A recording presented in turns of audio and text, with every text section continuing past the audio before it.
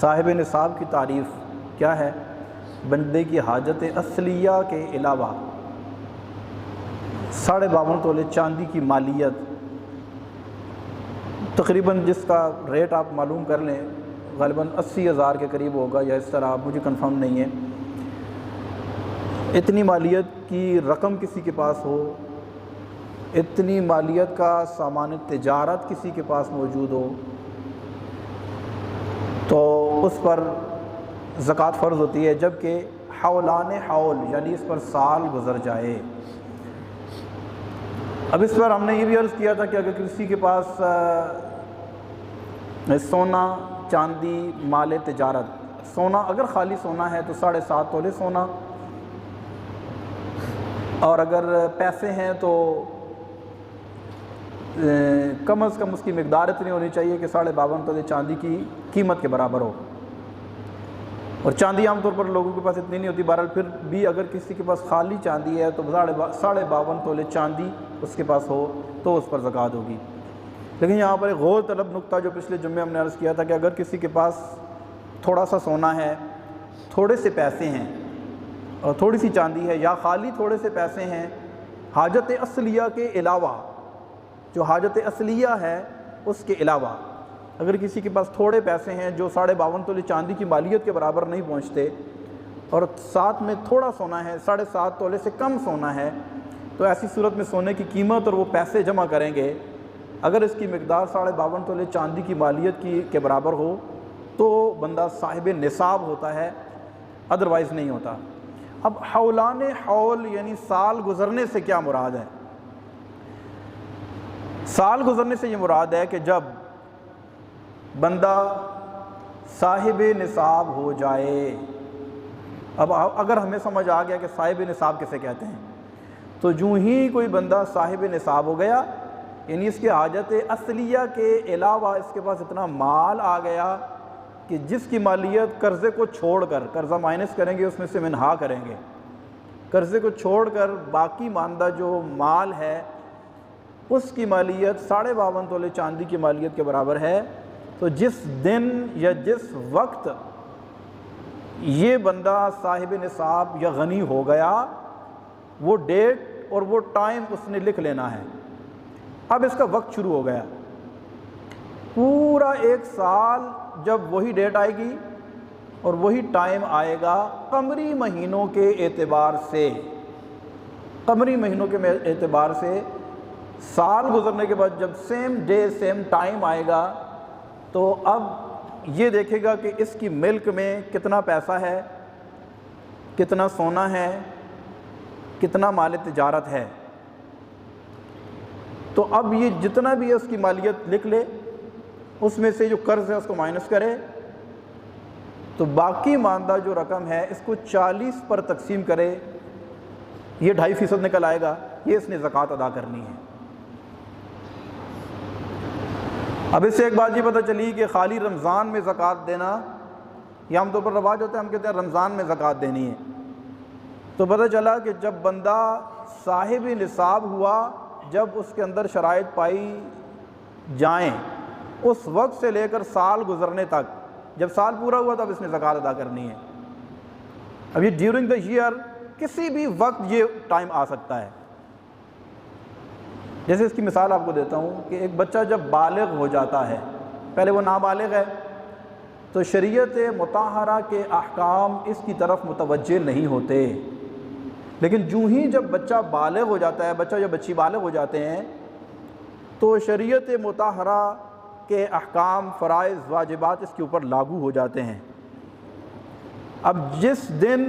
وہ بالغ ہوا، اس دن سے اب نماز اس کے اوپر فرض ہو جاتی ہے۔ اسی طرح جب کوئی بندہ صاحب نصاب ہوتا ہے،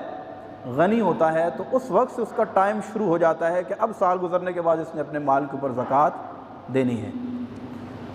یہاں پر ایک اور چیز ضرور ذہن میں رکھنی چاہیے کہ ایک بندہ صاحب نصاب ہو گیا، صاحب نصاب ہونے کے بعد اب اس کا وقت شروع ہو گیا، سال کے دوران اس کے پاس بہت سارا پیسہ آئے گا، بہت سارا جائے گا، اس کی خرید و فروخت بھی جاری رہے گی۔ اب جس دن اس نے زکوٰۃ دینی ہے، یعنی سیم ڈے سیم ٹائم جب آ جائے گا، تو اس سیم جو ڈے ہے، جو بالکل وہ وقت اور وہ دن ہے، اس دن تک اگرچہ ایک دن پہلے بھی اس کے پاس بہت سارا مال آ گیا تو یہ اس سال کے اندر یعنی حولان حول میں شامل ہوگا، اور اب جب اس نے زکوٰۃ کا حساب لگانا ہے تو یہ سارا مال اس کے اندر شامل ہوگا۔ جیسے مثال کے طور پر ایک بندہ غنی ہے، اس کے پاس اس کی حاجت اصلیہ کی تعریف پچھلے جمعے ہم بیان کر چکے ہیں، یعنی اس کے گھر کے سامان، اس کے کھانے پینے کی اشیاء، اس کی گاڑی، اس کا موبائل، اس کا لیپ ٹاپ، اس کا کمپیوٹر وغیرہ وغیرہ، بہت ساری چیزیں اس کے اندر آتی ہیں حاجت اصلیہ کے اندر۔ اس کی حاجت اصلیہ کے علاوہ مثال کے طور پر ایک بندے کی ملک میں 10 لاکھ روپیہ ہے، مثال دے رہا ہوں، ایک مہینہ گزرنے کے بعد اس کے پاس 5 لاکھ رہ گیا، پھر ایک مہینہ گزرنے کے بعد اس کے پاس 4 لاکھ رہ گیا، پھر 6 مہینے گزرنے کے بعد اس کی کوئی ڈیل لگ گئی، کوئی اسے کاروبار میں منافع ہوا، اس کے پاس 50 لاکھ روپے آ گیا، کرتے کرتے سال گزرنے سے پہلے اس کے پاس 10 کروڑ روپیہ ہو گیا۔ تو اب سوال یہ ہے کہ اس نے جب صاحب نصاب ہوا تھا یا ایکچوئل جس کے اوپر پورا سال گزرا ہے وہ رقم کتنی ہے؟ 10 لاکھ، جو درمیان میں کم یا زیادہ بھی ہوتی رہی ہے، لیکن اب جب کہ اس نے زکوٰۃ ادا کرنی ہے، اس سے پہلے ایک دن پہلے اس کے پاس 10 کروڑ روپے آ گیا، تو ایسی صورت میں اس نے 10 کروڑ کے اوپر زکوٰۃ ادا کرنی ہے۔ وعلی ھذا القیاس، اس کی بے شمار مثالیں آپ اپنے پاس سے بنا سکتے ہیں۔ اب آپ کو پتہ ہے کہ آپ غنی کب ہوئے؟ اب ایک سوال ہے، ہمیں تو یاد ہی نہیں ہم کب غنی ہوئے تھے، کب صاحب نصاب ہوئے تھے، کب سے ہمارا ٹائم پیریڈ شروع ہوا ہے کہ اس وقت سے ہم گننا شروع کریں اور ہمارا سال پورا ہوگا تو پھر ہم نے زکوٰۃ دینی ہے۔ تو ایسی صورت میں اگر آپ ہر سال زکوٰۃ دیتے ہیں، آپ غنی ہر سال زکوٰۃ دیتے ہیں، تو آپ اسی سال زکوٰۃ جس دن آپ زکوٰۃ دیتے ہیں، جس مہینے میں جس دن زکوٰۃ دیتے ہیں، تو اس کا حساب کرنے کا طریقہ کار یہی ہے کہ آپ اس وقت دیکھیں کہ اب آپ کی کرنٹ سچویشن کیا ہے، اب آپ کی ویلتھ، آپ کا سٹیٹس اب اس وقت کیا ہے، آپ کے اثاثہ جات کتنے ہیں اور کون کون سے ہیں۔ جس دن زکوٰۃ دینی ہو تو آرام تسلی کے ساتھ بیٹھیں، اپنے گھر والوں کو بھی ساتھ بٹھائیں، ایک کاغذ اور پینسل لیں اور اپنے جتنے اثاثہ جات ہیں وہ لکھیں، لکھنے کے بعد ان کا حساب کریں کہ اس کا اتنا اتنا ریٹ ہوگا، سونا ہے تو سونا بھی لکھیں، چاندی ہے تو چاندی بھی لکھیں۔ مال تجارت، اگر آپ خرید و فروخت کا کام کرتے ہیں تو سارے مال تجارت کی مالیت لکھیں، اور جن لوگوں نے آپ کے پیسے دینے ہیں وہ بھی اس میں جمع کریں۔ اب جن کا آپ نے قرضہ دینا ہے اس میں سے مائنس کریں، باقی جو جواب آتا ہے اس جواب کو آپ 40 پر تقسیم کریں، یہ 2.5% نکل آئے گا، اب یہ آپ نے زکوٰۃ ادا کرنی ہے۔ ویری سمپل، اتنا مشکل نہیں ہے۔ لوگ بہت زیادہ ٹینشن میں آ جاتے ہیں اور کہتے ہیں زکوٰۃ کا حساب کیسے کریں گے۔ زکوٰۃ کا حساب ایسے ہی کریں گے جیسے ہم کماتے ہیں تو گن گن کے حساب کرتے ہیں نا۔ بھئی ہم نے مثال کے طور پر 1 کروڑ کا پلاٹ بیچا تو ہم کیا کرتے ہیں؟ اندازے سے رقم لے لیتے ہیں، اندازہ کرتے ہیں کہ یار یہ 10 کروڑ ہوگی، یا چیک جو ہے نا اس کو دیکھتے نہیں ہیں، اب اس کے اوپر 10 تو ہم نے لکھا ہوا دیکھ دیا، لیکن آگے کتنے صفر ہیں یہ نہیں دیکھتے، اور بس اندازہ کرتے ہیں ٹھیک ہے پورا ہی ہوگا 10 کروڑ، ایسے کرتے ہیں 1 کروڑ پورا ہوگا، ایسے کرتے ہیں۔ کوئی بھی ایسے نہیں کرے گا، جو کرے گا ہم اسے بے وقوف سمجھیں گے۔ تو جب ہم گن کر لیتے ہیں، حساب کرتے ہیں، اتنے میں سودا ہوا ہے، اتنے پیسے میں نے وصول کرنے ہیں، تو جس طرح ہم خرید و فروخت میں 1 روپے کا حساب کرتے ہیں، اسی طریقے سے جب راہ خدا میں دینا ہے تو بھی صحیح پراپر اس کی کیلکولیشن کر کے، اس کا حساب کر کے اللہ کی راہ میں خیرات کریں اور زکوٰۃ دیں جتنی فرض ہے۔ جیسے مثال کے طور پر ایک بندے کا بہت بڑا سٹور ہے، یہ گروسری سٹورز بنے ہوتے ہیں نا، مارٹ بنے ہوئے ہیں بہت بڑے بڑے، تو ان مارٹس میں سے کوئی کسی مارٹ کا مالک اگر یہاں بیٹھا ہوا ہے، یا میں مثال دے رہا ہوں، یا اس کی مثل کوئی سٹور ہے آپ کے پاس، آپ اسپیئر پارٹس کا کام کرتے ہیں، آپ بکس کا کام کرتے ہیں، آپ سینیٹری کا کام کرتے ہیں، آپ ہارڈ ویئر کا کام کرتے ہیں، آپ جوتوں کی دکان ہے آپ کی، آپ کپڑے کے تاجر ہیں، کاروبار کرتے ہیں، کوئی بھی XYZ آپ کا کاروبار ہے، تو آپ کا مال، آپ کی دکان، آپ کے جو سٹورز ہیں اور جتنا بھی مال آپ کے پاس اس وقت پڑا ہوا ہے، اس کی باقاعدہ ایک لسٹ بنائیں۔ لسٹ آپ کے پاس بنی ہوئی بھی ہوں گی، لیکن ایک کونے سے شروع ہوں تو باقاعدہ اس کی لسٹ بنا کر اندازے سے نہ تکا نہ لگائیں کہ بس وہ اتنا ہوگا، نہیں، بلکہ اس کا حساب کریں۔ جتنا مال آپ کے پاس ہے اس کا جو کرنٹ ریٹ ہے، قیمت خرید نہیں بلکہ اس کا جو کرنٹ ریٹ ہے، اب قیمت خرید پہ اگر جائیں گے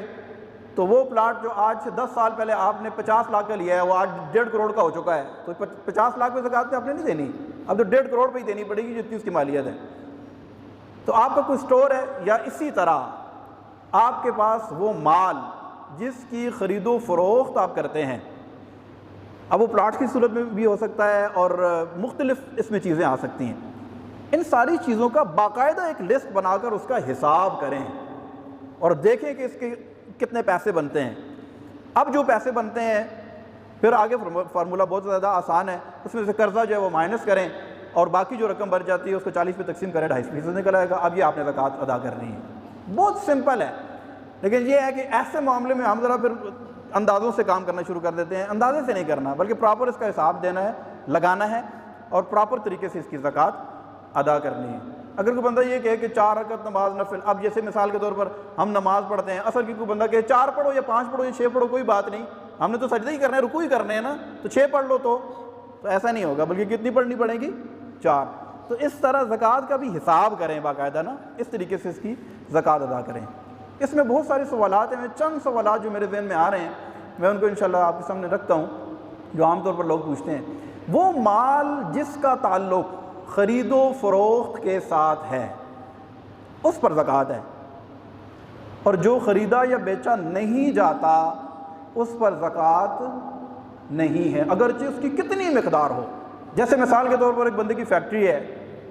اس فیکٹری میں جو مشینری لگی ہوئی ہے اس کی مالیت 50 کروڑ ہے، تو اب میں آپ سے یہ سوال کرتا ہوں کہ کیا اس 50 کروڑ پر اس فیکٹری کے مالک نے زکوٰۃ دینی ہے یا نہیں دینی؟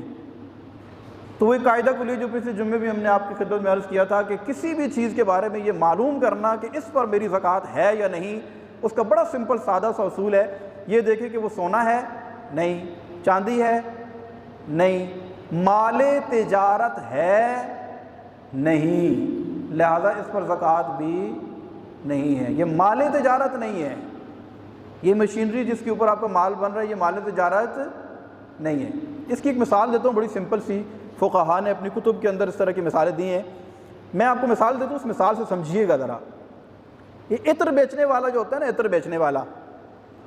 آپ نے دیکھا ہوگا کہ اب تو پرفیومز آتے ہیں یا عطر بھی آتے ہیں تو وہ پیکنگ ان کی الگ ہوتی ہے، لیکن آپ نے دیکھا ہوگا کہ عطر بیچنے والے کی دکان پر بڑی بڑی شیشے کی بوتلیں رکھی ہوتی ہیں جن میں عطر ہوتا ہے، دیکھا کبھی آپ نے؟ عطر بیچنے والے کی دکان پر بڑی بوتلیں ہوتی ہیں جن میں عطر ہوتا ہے، اور وہ جب ہم کہتے ہیں نا مجھے یہ والا عطر دے دیں، کتنے کا بھائی؟ 500 روپے کا دے دیں، تو وہ ایک چھوٹی سی شیشی اٹھاتا ہے، اس بڑی بوتل میں سے اس چھوٹی شیشی میں بھرتا ہے اور وہ چھوٹی شیشی ہمیں دے کر ہم سے 500 روپیہ لے لیتا ہے۔ اب ہم اس کو ذرا دیکھتے ہیں کہ یہ جو شیشی یا عطر جو اس نے فروخت کیا، اس کے بدلے سے پیسے ملے اس پر، اور وہ شیشی جس سے اس نے ڈال کر عطر دیا، اب وہ بھی اس کی دکان میں رکھا ہوا ہے، اور یہ چھوٹی شیشیاں بھی اس کے دکان میں اور عطر بھی دکان میں ہے۔ تو اس کو سمجھنے کے لیے اگر یہ مثال ہماری سمجھ میں آ جائے تو یہ بڑی سمپل اور سادہ ہے کہ وہ شیشیاں جس کی خرید و فروخت ہو رہی ہے اور وہ عطر جس کی خرید و فروخت ہو رہی ہے، اس کے اوپر تو زکوٰۃ ہے، لیکن وہ بڑی شیشیاں جن میں عطر ڈالا جاتا ہے، پھر جب وہ خالی ہو جاتی ہے تو اس میں اور ڈال دیا جاتا ہے، پھر خالی ہوتی ہیں پھر اور ڈال دیا جاتا ہے، تو یہ جو بڑی شیشیاں ہیں اگرچہ ان کی مالیت کئی لاکھ یا کروڑ روپیہ بھی ہو، ان شیشیوں کے اوپر زکوٰۃ نہیں ہے، کیونکہ یہ شیشیاں نہیں خرید و فروخت، ان کو نہیں خریدا اور بیچا جا رہا، بلکہ کس کے اوپر زکوٰۃ ہوتی ہے؟ جو عطر اس میں موجود ہے، یا وہ چھوٹی شیشیاں جو دے دی جاتی ہیں اور پیسے لے لیے جاتے ہیں۔ وعلی ھذا القیاس، اسی طرح ہم اپنے بزنس کو دیکھیں، ہمارے کام کے اندر وہ چیز جو آتی جاتی رہتی ہے، جس کو ہم خریدتے ہیں بیچتے ہیں، یا خریدتے ہیں اس کو کسی اور چیز میں کنورٹ کر کے بیچتے ہیں، اس کے اوپر جو پیسے ملتے ہیں یا اس کی جتنی مقدار ہمارے پاس موجود ہے، جب ہم زکوٰۃ کا حساب کرنے جائیں گے تو یہ ساری چیزیں اس میں کاؤنٹ کریں گے۔ جیسے میں نے آپ کو شیشی اور عطر کی مثال دی، جب اگر آپ عطر فروش ہیں تو آپ دیکھیں گے کہ عطر اب میری دکان میں کتنا موجود ہے، یا یہ شیشیاں جو میں جن میں ڈال کر عطر دیتا ہوں تو ان کی مقدار کتنی ہے، وہ اس میں کاؤنٹ کریں گے۔ لیکن جو بڑی شیشیاں ہیں جن پر ہم نے زکوٰۃ نہیں دینی، اس کو بالکل اس میں کاؤنٹ نہیں کریں گے۔ اسی طرح وہ چیزیں جو خریدی یا بیچی نہیں جاتی ان پر زکوٰۃ نہیں ہوتی، اگرچہ ان کی مالیت کتنی بھی زیادہ ہو۔ اسی طرح مثال کے طور پر کسی بندے کے پاس ایک بلڈنگ ہے اور اس کے اندر 50 فلیٹس ہیں، وہ سارے اس نے کرائے پہ دیے ہوئے ہیں،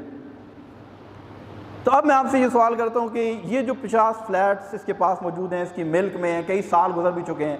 تو اس بلڈنگ یا یہ 50 جو فلیٹس اس کے پاس ہیں، اس پر زکوٰۃ ہوگی یا نہیں ہوگی؟ تو یقینی کی سی بات ہے کہ نہیں ہوگی، کیونکہ یہ فلیٹ جو ہے یہ کرائے پہ دیے ہوئے ہیں، اس کا کرایہ تو آتا ہے لیکن ان کی خرید و فروخت نہیں ہو رہی۔ اس کے مقابلے میں جو چیز ہم خریدتے ہیں یا بیچتے ہیں اس کے اوپر زکوٰۃ ہوتی ہے۔ مجھے امید ہے کہ کافی حد تک یہ چیز کلیئر ہوگی۔